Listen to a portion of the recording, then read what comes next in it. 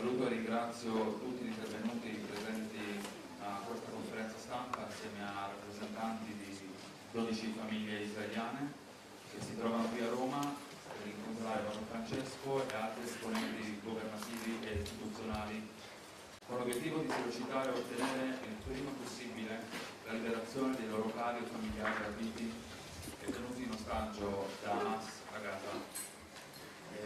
Siamo in tanti qui, vi chiedo siccome non abbiamo tanto spazio, di stare anche le distanze o che non avvicinarvi troppo, se sono dei giornalisti che vogliono parlare. Voce non si sente? No. Ok.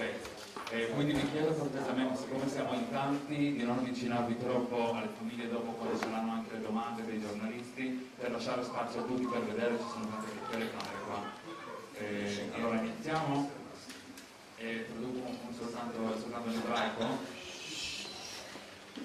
בלחץ שלום מתארחים והודיתי להם על הנוכחות שלהם כאן, עם המטרה שלכם שנשמע לרומא לפגוש את האפיפיור פאפה פרנצ'סקו ולבקש את החטופים הביתה בהקדם האפשרי.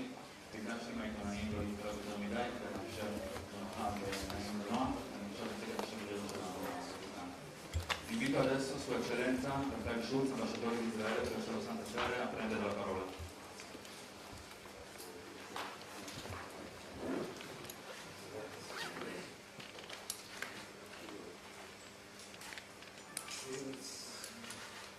Since October 7, Israel is not the same country. Okay, I will try to be as loud as I can. Since October 7, Israel is not the same country as it used to be. And we are dealing with a tragedy we are dealing with a tragedy of biblical terms. Now, the media, as media, frequently goes from one crisis to another. But in Israel, since October 7, it seems that time is frozen. We are living in a different time. And the most crucial and important part of it right now is our concern for the welfare and the safe return as soon as possible of the families that were, the individual and families that were kidnapped and are now in Gaza. I will immediately leave the floor to the families. The meeting with the Pope this morning, I just want to say that it is part of an effort to keep the issue alive in the conscience of the world. Because as I said, media goes from one crisis to another, but for us, this is the only thing on our schedule right now. And we need the media attention and the world attention in order to make the return of our dear ones as soon as possible. And I say our dear ones because we are one family. You have here members of 12 families. All in all, we are speaking about 240 people, individuals that are being held, are being kidnapped in Gaza, but we are all one family. Before concluding, I just would like to thank this center, the Italiano, for hosting us, especially to Rosella Veneziano and Emanuela Rimini. Thank you very much. We appreciate the gesture. And now I leave the floor to the families. Avete anche bisogno di una traduzione in italiano? È stato chiaro l'ambasciatore? Tutto chiaro? Ok, allora posso procedere.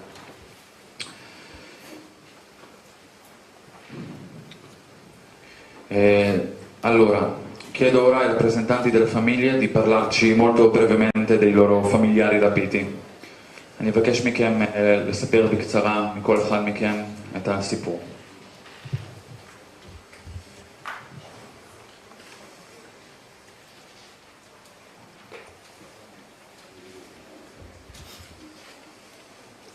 טוב, שלום לכם.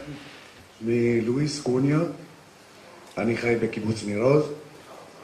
כפי ששמעתם, בשבת השביעי לאוקטובר הותקפנו על ידי מחבלים מחמאס שפרצו לנו את הבתים, שרפו לנו, אנסו אותנו והרגו אותנו. Buongiorno, mi chiamo Luis Conio e sono dal kibbutz Nir Oz. Il sabato 7 ottobre siamo stati attaccati dai terroristi di Hamas che sono penetrati nelle nostre case, le hanno bruciate, hanno abusato delle donne e ci hanno anche uccisi. בנוסף לזה, אתם רואים פה אני מחזיק הרבה תמונות, הידיים לא מספיקות לי כדי לראות את כל בני משפחה שלי שנחטפו באותו יום לעזה, כולל ילדים, בנות, תינוקות ועוד. Come potete vedere, inoltre, io tengo qui nelle mie mani tante foto, tante immagini di tutti i miei familiari. Le mie mani non bastano per tenere tutte queste immagini dei miei familiari che sono stati rapiti in quel giorno, tra cui ci sono dei bambini, figlie, neonati. אז אני רוצה להגיד לכם שאני היום נמצא במצב שאין לי בית, כי נשרפה, אין לי משפחה, חצי משפחה איננה, ואני נמצא במצב שאני לא יודע מה יהיה מחר, ובטח לא מה יהיה מחרתיים. In questi giorni non ho più la mia casa, metà della mia famiglia sono rapiti in questo momento e non so cosa succederà domani. רוצה להודות לכם על הזכות שנתן לי להתבטא לפחות. תודה רבה. Grazie per l'opportunità di parlare qui davanti a voi oggi. Grazie.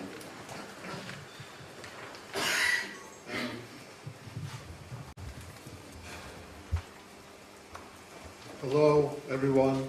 My name is Moshe Leinberg. I live in Jerusalem.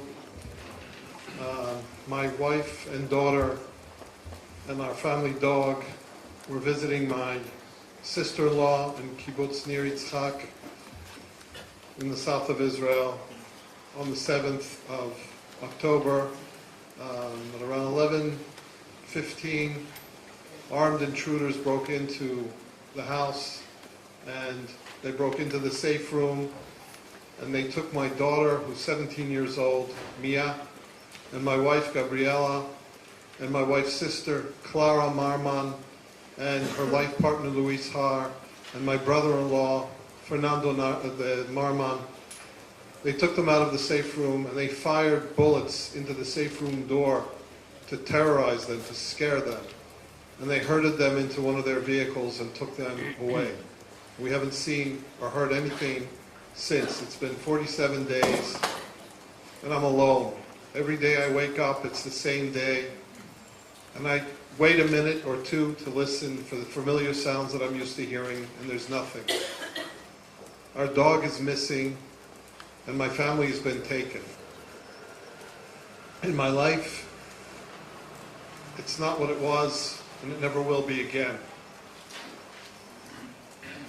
Thank you for listening to my story. Hello, I'm Nicole. I'm his little sister. This is Nick, my big brother. He was taken from his military base on the 7th of October. When the last time I heard his voice, he was telling me that he is fine, he will be fine, and he know how to keep himself safe. My life and my family life is not the same. He was my best friend, he was my big brother, he was my safe place, and the terrorists that take him hostage took the safe place of me. I want your help so I could hug him again and I could see him back home with my family.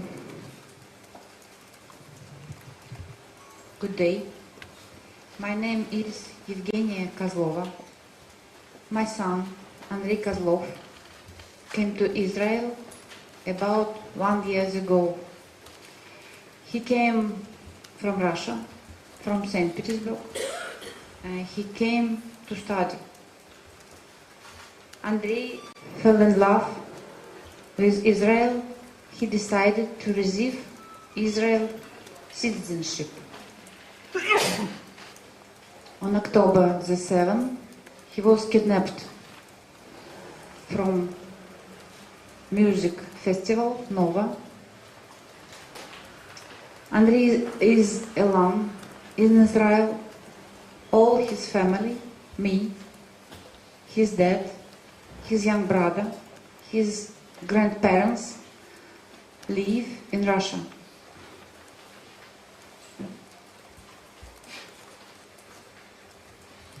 I don't know what to do, because I should save my son. I should look for my son in Israel, but my younger son is in Russia.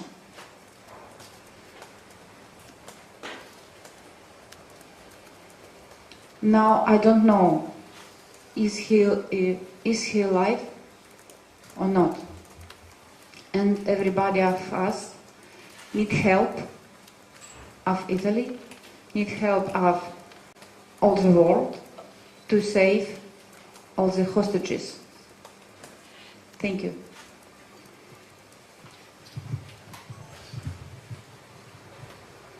My name is Michael Levy. I'm Or Levy's brother. On October 7th, Owen and Nav decided to take a break from their day-to-day life and celebrate in a music festival. They wanted to celebrate peace and love, but when they got there, Einav was murdered and Or was kidnapped into Gaza. Einav and Or has a 2-year-old son. That's his teddy bear. Since that day, he is looking for them, he is calling for them, he wants to go home. His whole life changed. Our life changed. We don't know anything about his condition. We don't know if he's injured. We haven't heard from him ever since that day. We don't sleep. We barely eat. And we want him home now. We want Almog to have at least a father. He already lost his mother, and he needs his father. Thank you. Hello, my name is Maya. I'm the oldest daughter for Ron Kaplun. He has 2 more children, Noam and Moran, and 5 grandchildren. On October 7th, the Black Saturday, Dror and his wife were taken from their house in Kibbutz Be'eri. Hamas led them handcuffed for 300 meters from their house. Later on, Marceli's wife was murdered together with their neighbors. Dror was injured, but we don't know the severity of the injury. And we are all waiting for him. His oldest grandson has a birthday tomorrow. He's going to be 11 years old. This is the first birthday that he's not going to be with us. Let it be the last one. We need to bring him home. We need to bring them all home now. Thank you. Hello, I'm Yuval. My father Alex and my uncle Isaac were kidnapped from Kibbutz Neroz on the 7th of October. My uncle got shot while he was kidnapped. My father is a 75-year-old man with a serious heart disease. He has to get his medication daily to survive. We don't know if he gets his medication. We don't know if he survived these 47 days. We just want him back for his 13 children, 13 grandchildren, and 4 children. My father is a historian of the Holocaust. He educated everybody, thousands in the world, about learning from the Holocaust. And now is a second Holocaust by Nazi Hamas. All the world need to understand what happened in the 7th of October. All the war crimes we had. And condemn Hamas and bring them home. Bring them home now. The clock is ticking for them.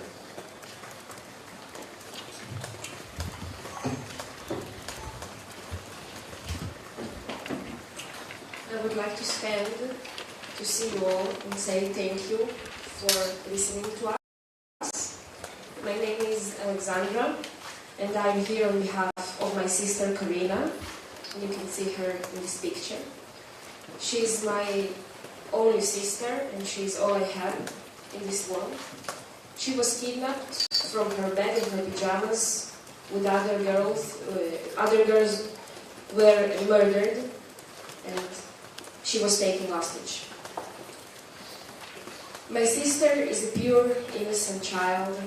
She wants to help people, and this is why I'm here. I want to ask you to help my sister, so she can come home and then help others. I can remember crystal clear two things. The first is what she wrote me on the 7th of October morning before she was taken. She wrote me, and I'm citing, "If I won't make it alive, please be happy in your life and take care of mother and father all life. Do not think in sorrow, live." This is her wish. This was her wish. And the second thing is that by saying that, she made me remember when we were young, when we didn't understand a lot of our lives. She always laughed and told that I will die before her because I'm the older sister, and she will live longer than I. And I'm here talking about it because I really want to die before her. And every time that she's there, with all the other hostages, every minute, every hour is a critical time for them to stay alive. We do not know anything about them. We know that some are injured, some need medicine. Every one of them need to come home, and not in coffins.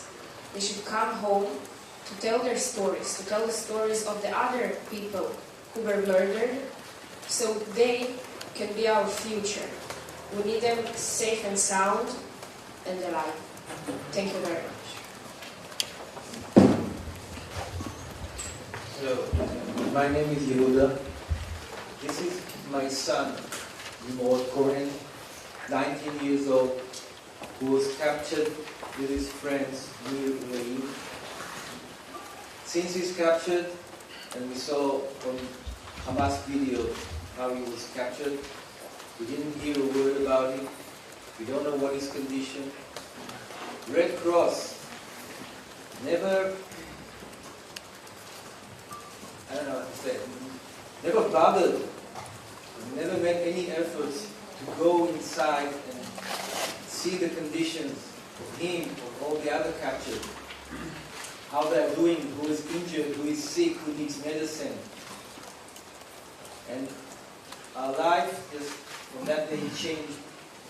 We don't have day and night.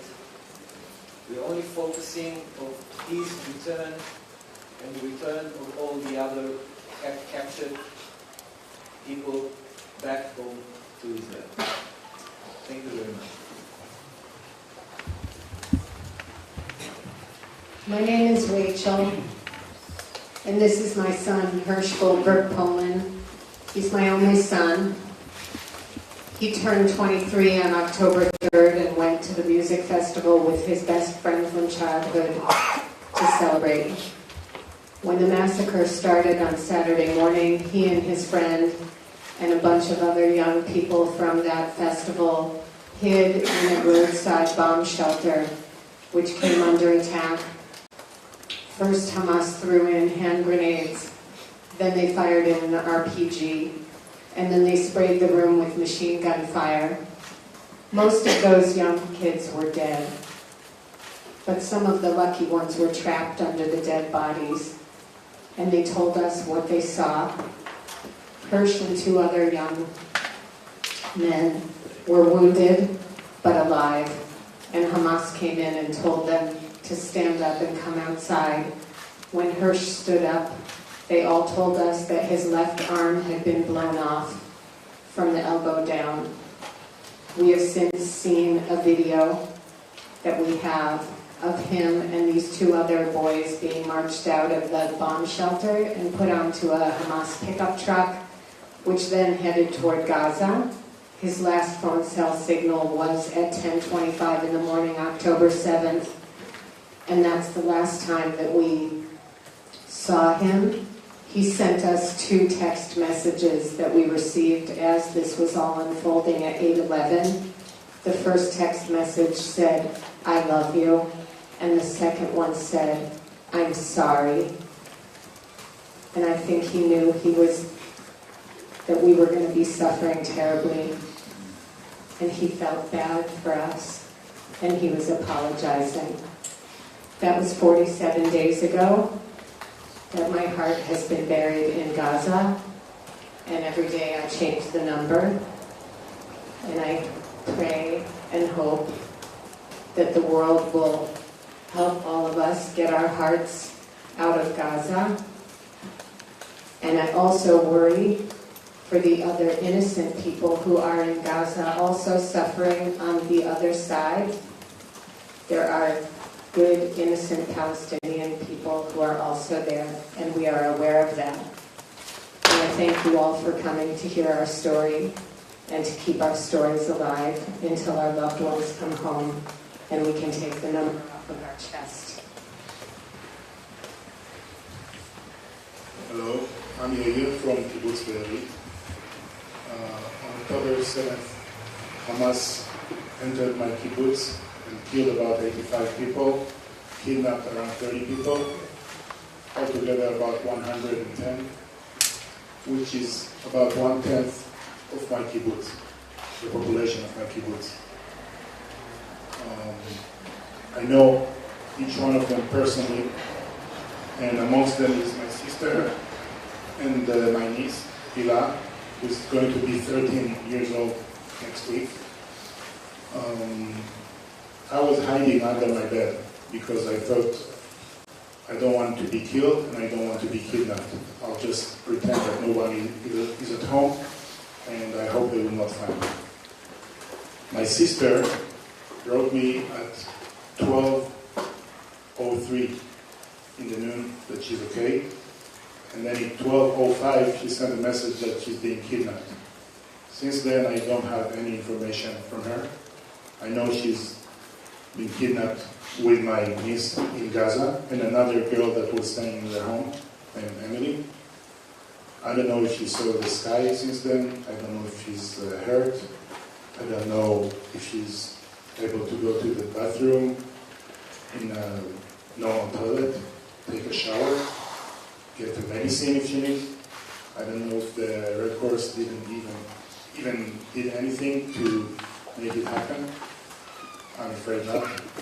And I want to send a message to everyone who listens that Hamas needs to let Red Cross visit all the hostages, the kidnapped people, and of course we urge Hamas and the world to pressure Hamas to let all our kidnapped people go and return to Israel. Thank you.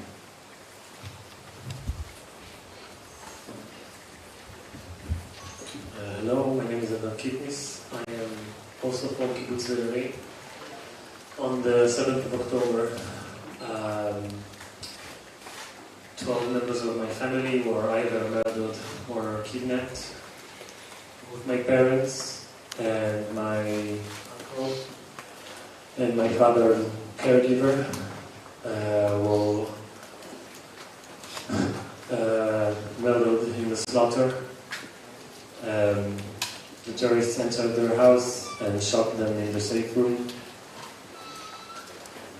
Other than them, 7 members of my family were kidnapped.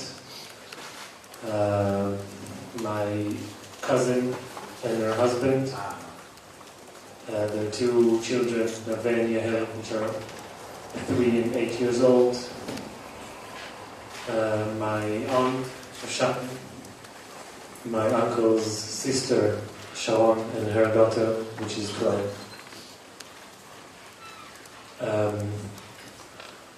My parents cannot be saved anymore. We can't bring them back. But at least I have assurance that I know what happened and that they're dead. These people, all of them, we have no clue, other than the videos that some of us have, or some stories about them being kidnapped. We don't know if they're alive. We know some of them are injured. We know some of them need medication. We don't have anything other than that. We were here in this very difficult situation, spreading the word, these awful stories, to make sure that no one forgets.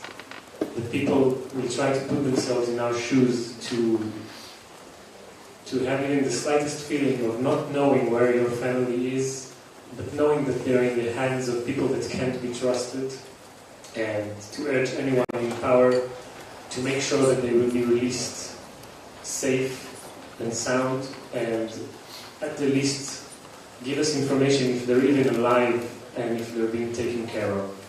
So thank you for coming here and trying to spread this message. Okay, so I invite you now to ask questions. As all the members of the delegation, as you saw, they speak English, so you can ask in English. If someone needs to ask in Italian, there's no problem, I'm here, okay? So I'll give you the time for that.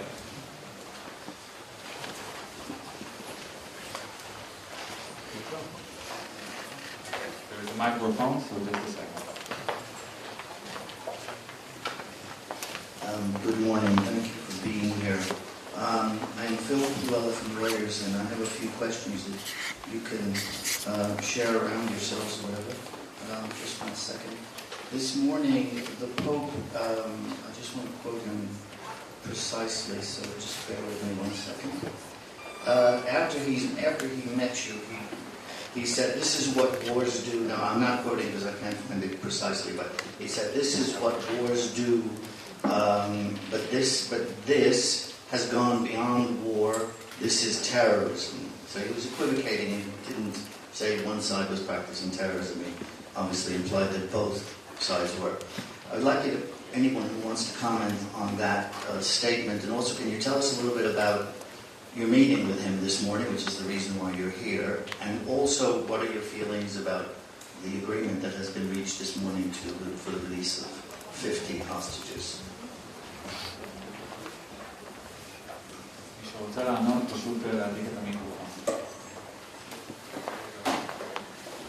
Could you please repeat your names as you answer the questions, because we can't see them from back here. Thank you.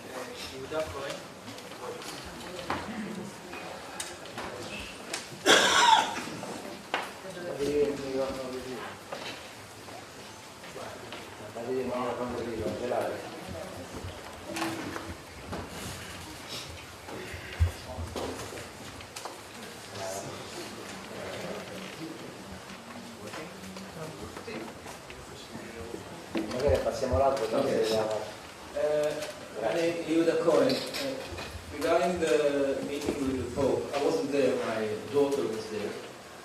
But it was pretty much disappointing that the meeting should have been long enough for all people to speak.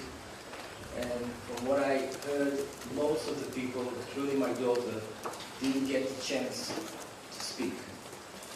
So I know that his declaration was something general, we have to end war and so on. Not really a mention of Hamas. So in a way, we came all the way from Israel here to meet him. My daughter came all the way from Israel to meet him. And it's kind of, okay, end the war, and I don't really have time for it. This is my impression. Thank you.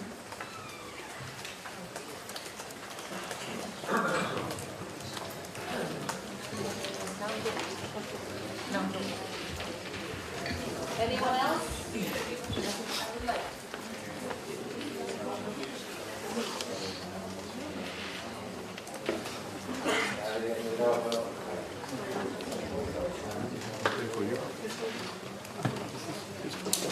Now we know the terms of the exchange of 50 hostages. These are women and children. I know my son isn't part of this exchange. I don't know how long I should wait. I remember that Gilad Shalit was a hostage for 5 years. And if each of the remaining hostages is released once every 5 years, then my son will return in 1,000 years. I'm afraid it will be very difficult for me. It's all.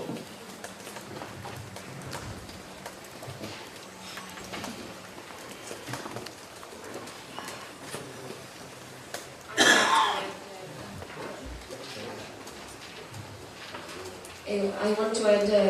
Tell your name, please. My name is Alexandra. I want to add a couple of sentences about the meeting with the Father, with the Holy Father, the Pope. I want to say thank you for his time, even if brief, for meeting us and listening to us.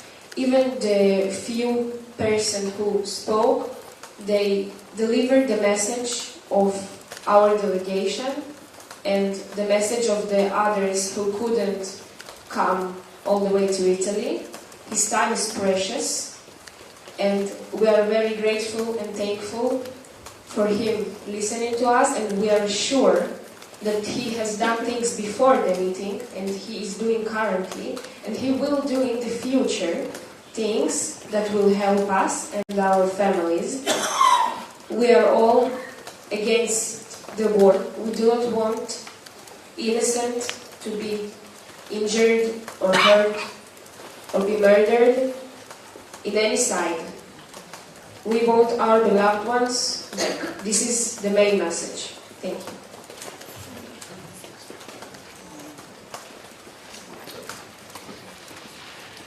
My name is Adab Kidnis. I wanted to say that what you alluded to, that both sides are doing acts of terrorism, is a false equivalence.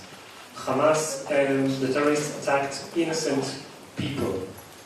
Children were taken, children were killed, women were raped in a party.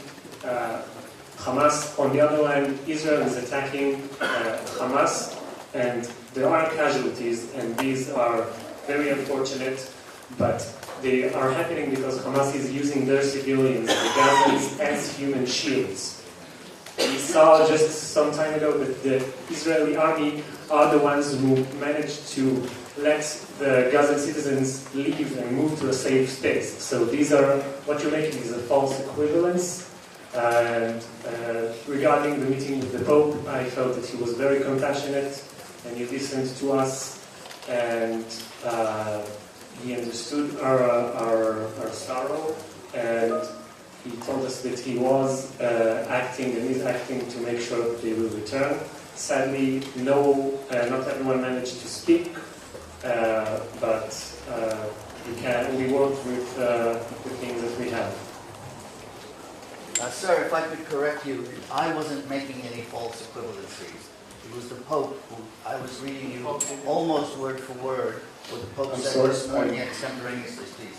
So I just want that clear to you, because you said what I said. So you are saying the Pope is making false equivalencies. Is that correct? Could you let him answer, please? He seems to be in our meeting, the Pope did not say both acts.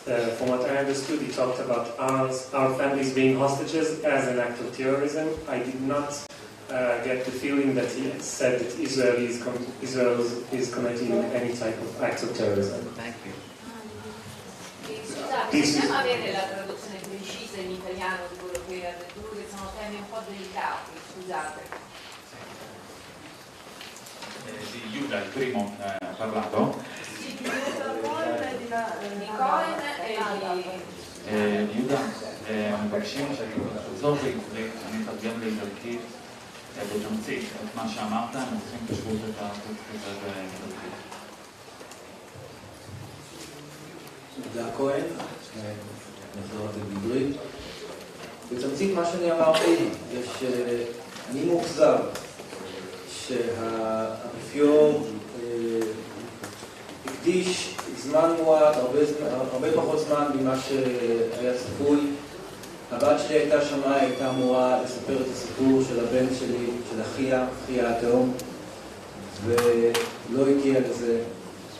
מעבר לזה שההצהרות שלו הן הצהרות שמדברות על לעצור את המלחמה, לעשות את ההרג, אבל לא מתייחס ספציפית לחמאס כארגון טרור שיצר את המצב הבלתי אפשרי.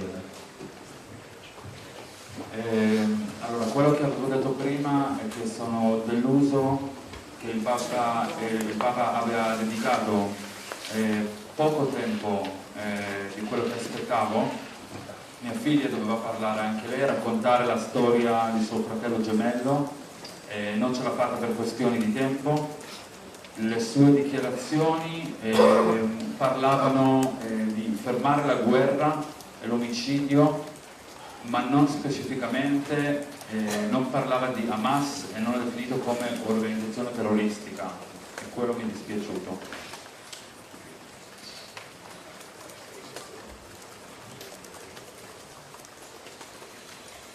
I have to say that I personally don't agree with what he said. I felt like the conversation with the Pope was very helpful.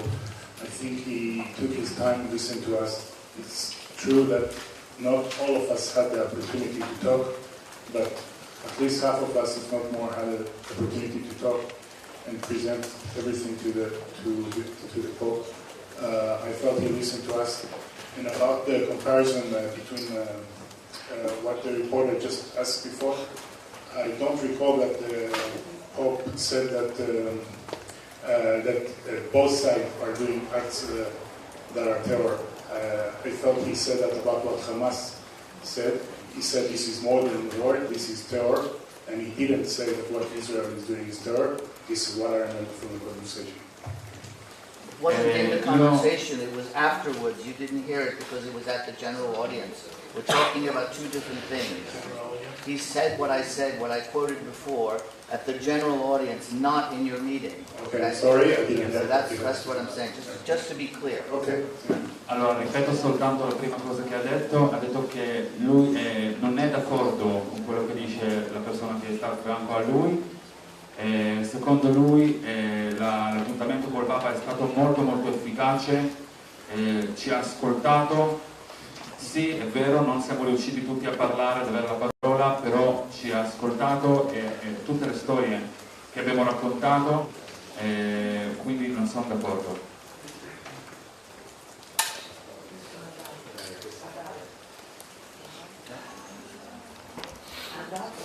Other questions? What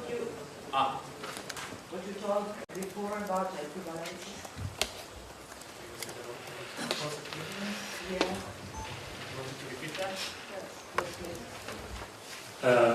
I'm saying that if anyone is making the claim that both acts are acting in ways of terror, then is a false equivalent.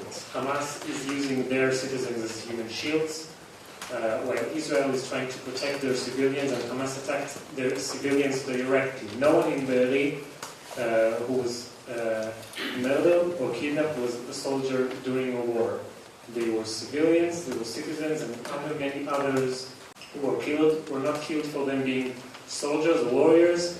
They were killed for being Jews. They were killed for being in Israel, and the casualties that happened in Gaza by the Israeli army are happening because of Hamas is using the citizens as human shields, while the IDF is trying their best to avoid that and even try to moving those citizens to a safe space. Io stavo parlando di equivalenza, volevo dire che Hamas sta usando i civili innocenti come scudo umano, mentre Israele sta cercando di proteggere i suoi civili. Nessuno dei civili innocenti di Kibbutz Be'eri, il mio kibbutz, non è stato ucciso perché era un soldato israeliano, sono stati uccisi tutti perché erano ebrei. Ed è quello che sta succedendo in Israele in questi giorni.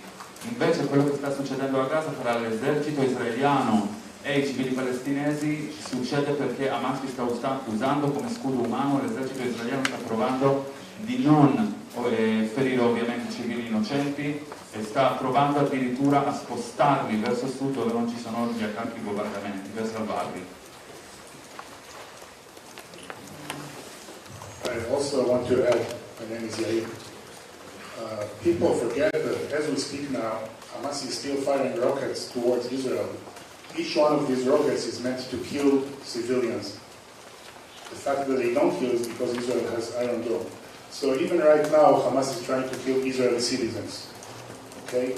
So please don't make the comparison that Hamas and Israel are both doing terror. Ci tengo ad aggiungere che le persone tendono a dimenticare che Hamas sta ancora lanciando dei missili in questi giorni verso Israele per uccidere civili innocenti. Noi per fortuna abbiamo quel sistema Iron Dome che è cupola di ferro per proteggere i civili, però ci tengo a dire che non possiamo paragonare e confermare quello che con quello che sta facendo Israele. If you would like to have the diplomatic version of it, Non si sente, cambiare il microfono.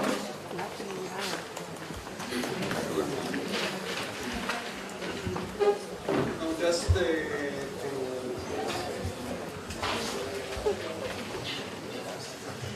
just to add up the diplomatic or the official answer to what was being asked. You know that as diplomats we never refer directly to the things the Pope says. This is the privilege of this table, so I will not refer directly to what he said or what was quoted.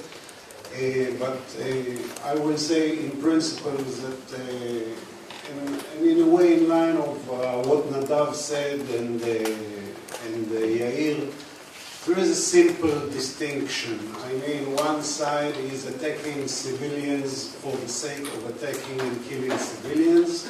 By the way, he's murdering, raping, and taking civilians from the Israeli side, and at the same time, he doesn't care about the civilians of supposedly his own side. As you heard, he uses them as human shield. One of the Hamas speakers also said that the Palestinians in the Gaza Strip are not a responsibility of Hamas. They should be taken care of by the UN, etc., etc. So we have one side killing citizens, not caring for his own citizens, and we have another side, Israel, who is engaged in a war of self-defense in order to protect our own citizens, and while doing so we abide to international law, trying to minimize as much as possible the casualties on the other side.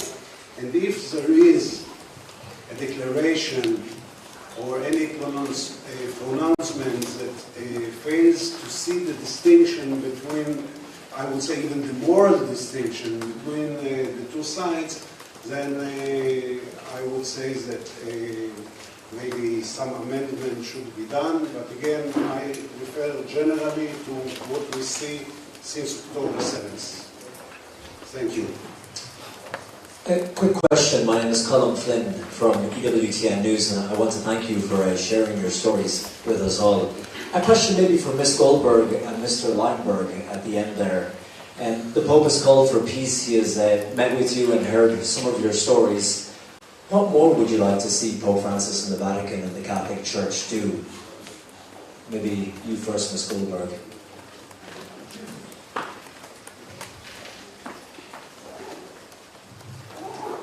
Thank you for the question. First of all, I think the Holy Father has a lot of influence in the entire world. Aside from the 1.3 billion Catholics that certainly revere and respect him, I think he's very respected in the Muslim world, in the Jewish world, really irrespective of religious background. And so I think when he speaks, the world really listens. I think that all of these hostages have to go home. The whole world is not really aware that the hostages come from almost 30 different countries. They span an age from 9 months until 87 years old. They also, many of these hostages are also Christian, Muslim. There are Muslim Arabs that were also kidnapped on that day that have been in captivity for 47 days. There are Jews, there are Hindus, there are Buddhists. And so this issue of the hostages is really a global humanitarian catastrophe and needs to be treated as such. I think I don't count my chickens before they hatch. I don't know if they have that saying in Italian. So I'm not counting hostages being freed in this deal until I see them walk over the border and be embraced safely. And then, God willing, these 50 hostages are released. That still leaves another 190 hostages that need to be released. And in the meantime, we would like the International Red Cross or any other humanitarian aid organization on planet Earth to go and see every single hostage and let us know, are they alive? Have they been treated? Are they getting the care that they need? And we feel that the Holy Father has the influence in the world to make those things happen. And I felt very embraced by him this morning. I felt very heard and respected. It was shorter than we wanted, and it was painful for people who didn't get to speak. But I felt his love and his support, and I believe that he will do everything he can do to help us. Mr. Lamberg, if you want to add to that.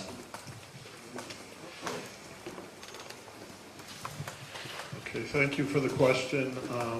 I really don't think there's too much I can add to what Rachel said. I obviously agree with her. I'll just kind of expand on one aspect of it. I think that, as Rachel said, His Eminence has a lot of influence, and he speaks to a lot of people. He gives sermons, and I think that a way to achieve at least some of the aims that Rachel mentioned would be through his reminding his flock, the congregation, the world, that about what happened on October 7th, so that it shouldn't be forgotten. For as long as possible, obviously, at the very least until all hostages are returned home.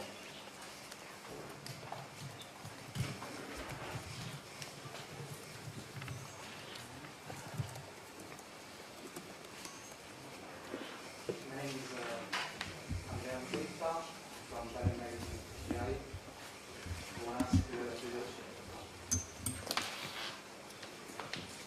Hi, sorry.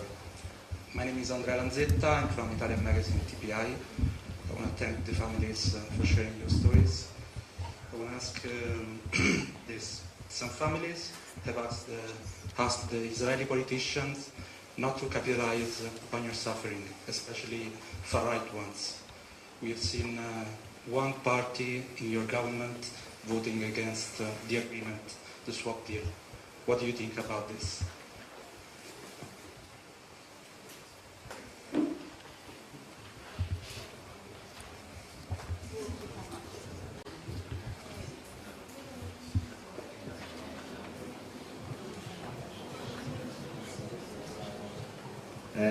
Yehuda, son of Nimrod Cohen. My answer is very simple. This is not the issue. Okay, that's not the angle. The angle is Hamas. What's the coalition in Israel does, who votes for and against? This is internal politics. The issue is releasing all the hostages as soon as possible and now. Thank you.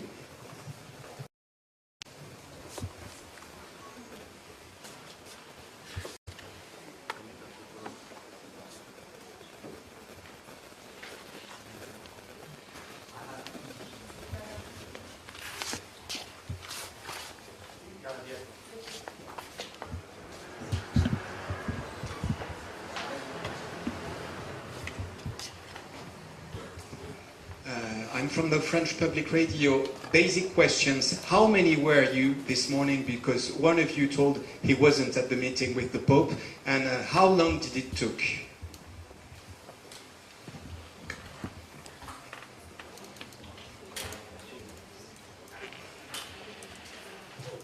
We are here 20 people who are representing the families, but in the meeting we were only 12, and it took around 20 minutes, the meeting.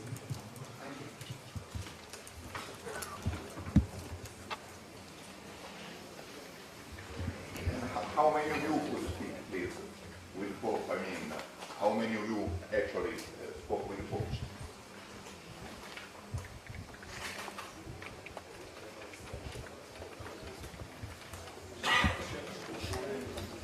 I think around 7 or 8 families.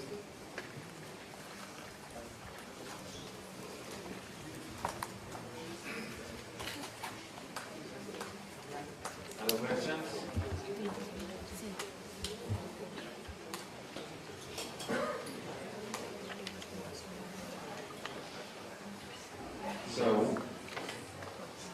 Grazie a tutti ancora per essere intervenuti e buona giornata. Grazie.